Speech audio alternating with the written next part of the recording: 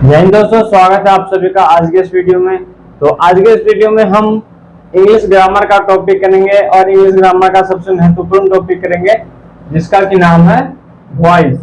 Voice से exam में करीब 4 या 5 नंबर के सवाल पूछे जाते हैं जो कि ऑब्जेक्टिव में पूछे जाते हैं। तो यदि आपने इस कॉन्सेप्ट को आज समझ लिया तो आपके 5 नंबर जो है वो बोर्ड एग्जाम में फिक्स हो जाएंगे अगर आप अच्छे से समझ पाते हैं तो मैं आपसे उम्मीद करता हूं कि आप कॉपी और कलम साथ में लेके बैठ गए होंगे पढ़ने के लिए। और जब भी आप इस वॉइस टॉपिक को पढ़ेंगे तो आप ध्यान पूर्वक पढ़ेंगे, तभी ये चीजें आपको समझ में आएंगी। ठीक है, तो आप यदि चैनल पे हमारे पहली बार आए हैं तो चैनल को सब्सक्राइब कर ले, और यदि आपको हमारा यह वीडियो अच्छा लगता है तो वीडियो को लाइक करें, अपने दोस्तों के साथ शेयर भी जरूर करें। आइए इस टॉपिक को समझते हैं। तो हम जो टॉपिक पढ़ेंगे उसका नाम है वॉइस। ठीक है, वॉइस का एक बार परिभाषा देखते हैं, definition. Voice is a term that is used to, यानी कि वॉइस क्या है? वॉइस एक टर्म है, वॉइस एक फैक्ट है, तथ्य है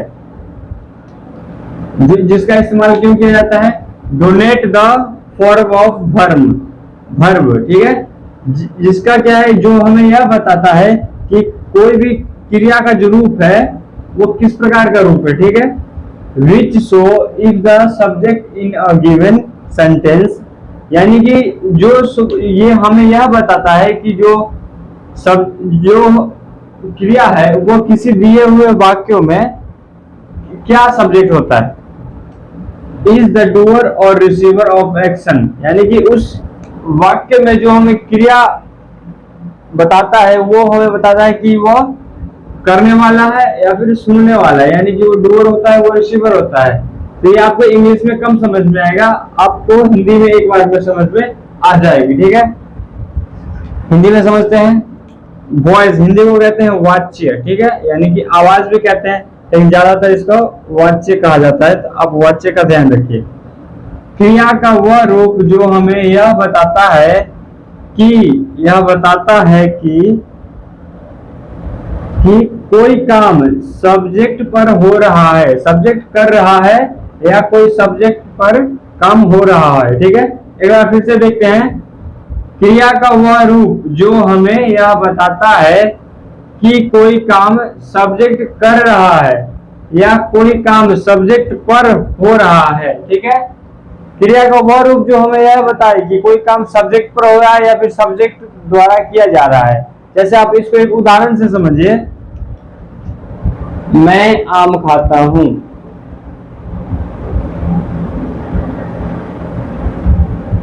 तो बताइए यहाँ आम कौन खाता है? आम खा रहा है मैं की जगह राम भी हो सकता है, राम आम खाता है, श्याम आम खाता है, श्याम की जगह वो लोग हो सकते हैं, हम लोग हो सकते हैं। इसमें यह बताया जा रहा है कि कोई काम या तो सब्जेक्ट कर रहा है। सब्जेक्ट मतलब क्या? सब्जेक्ट मतलब ये हो गया, सब्जेक्ट मतलब हो गया आई, यू, वी, कोई नाम आ जाए, यही तो सब्जेक्ट है। ठीक है, या फिर कोई हो सकता है कि इसी का अगर दूसरा रूप देख लेंगे कि मैं आम खाता हूं, तो आम मेरे द्वारा खाया जा रहा है, तो वो भी तो वही बात हो गई ना। कान को इस तरफ से छुए या फिर इस तरफ से छुए, छूना तो कान ही है। ठीक उसी प्रकार हमको बोर्ड एग्जाम में डिफिनेशन नहीं पूछा जाएगा, वहां हमसे पूछा जाएगा कि एक्टिव को आप पैसिव में बदलिए। ठीक है, तो हम उस चीज पे फोकस करेंगे तो वो हमारे लिए ज्यादा बेहतर होगी। ठीक है, वॉइस 2 प्रकार के होते हैं। ठीक है, वॉइस और ये इसके 2 प्रकार हैं। ठीक है, ये वॉइस और वॉइस के कितने प्रकार हैं? 2 प्रकार हैं। एक एक्टिव वॉइस और दूसरा पैसिव वॉइस। एक्टिव मतलब क्या होता है? एक्टिव का मतलब होता है सक्रिय होना। जैसे बोलूंगा मैं पढ़ाई के प्रति एक्टिव हूँ, मतलब सक्रिय हूँ मैं।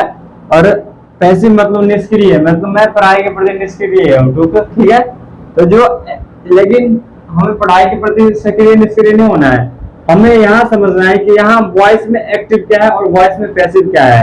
तो वॉइस में एक्टिव यह बताता है, जैसे वॉइस में एक्टिव का एग्जांपल है आई ईट ए मैंगो, यानी कि मैं आम खाता हूं। तो वहां जो सक्रिय है तो वहां कौन आम खाता है? मैं आम खाता है। लेकिन वही अगर हम पैसिव में देखेंगे तो यहाँ है मैंगो इज ईटेन बाय मी, तो यहाँ क्या हो रहा है, यहाँ आम आ रहा है, मैंगो इज ईटन बाय मी, यानी कि आम मेरे द्वारा खाया जा रहा है। तो यहाँ क्या हुआ, यहाँ सब्जेक्ट मेन क्या हुआ, यहाँ मेन हो गया मैं आम खाता हूँ। लेकिन यहाँ जो मेन चीज आ गई है, ये क्या आ गया, क्रिया की आम मेरे द्वारा खाया जा रहा है। ठीक है, तो आपको बस यही चीजें समझनी है और आपका एक्टिव पैसिव बिल्कुल बिल्कुल क्लियर है। ठीक है, तो आप एक्टिव समझ गए, पैसिव समझ गए। एक्टिव में क्या होगा, एक्टिव में जो होगा, देखिए कोई भी जो वाक्य होता है उसमें तीन चीजें होते हैं। पहला होता है सब्जेक्ट, फिर होता है वर्ब और होता है ऑब्जेक्ट।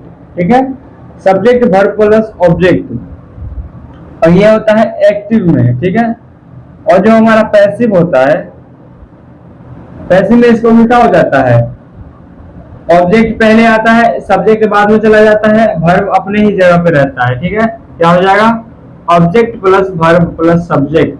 ठीक है, जैसे मैंने क्या बताया, आई इट ए मैंगो, तो आई क्या है, आई एक सब्जेक्ट है, और इट क्या है, इट मतलब क्रिया है, और मैंगो मतलब ऑब्जेक्ट है। ठीक है, उसी प्रकार इसका उल्टा हो गया पैसिव। पैसिव में ऑब्जेक्ट कहाँ आ गया, यहाँ पे आ गया, तो mango, mango is eaten by me. ठीक है, जैसे यहाँ आई था, यानी कि मैं की जगह यहाँ पे क्या आ गया, मी आ गया, तो यहाँ वर्ब का फॉर्म बदलता है सिर्फ। ठीक है, तो आप समझ ही गए होंगे कि एक्टिव और पैसिव में कोई ज्यादा फर्क है नहीं, बस उस चीज का सब्जेक्ट की जगह पे ऑब्जेक्ट कर देना है और ऑब्जेक्ट की जगह पे सब्जेक्ट कर देना है। तो यही हमारा हो गया एक्टिव और पैसिव। अब हम आपको एक्टिव में पैसिव को, एक्टिव और पैसिव को चेंज करना सिखाएंगे, और हमारे जो बोर्ड एग्जाम में यही चीजें पूछी भी जाती है। ठीक है, हमारे बोर्ड एग्जाम में हमसे प्रश्न पूछा जाएगा, यह पूछा जाएगा कि आप दिए हुए एक्टिव फॉर्म को पैसिव फॉर्म में बदलिए। तो सबसे पहले हम जानते हैं कि सबसे पहले हमें समझना होगा कि एक्टिव में क्या होता है और पैसिव में क्या होता है।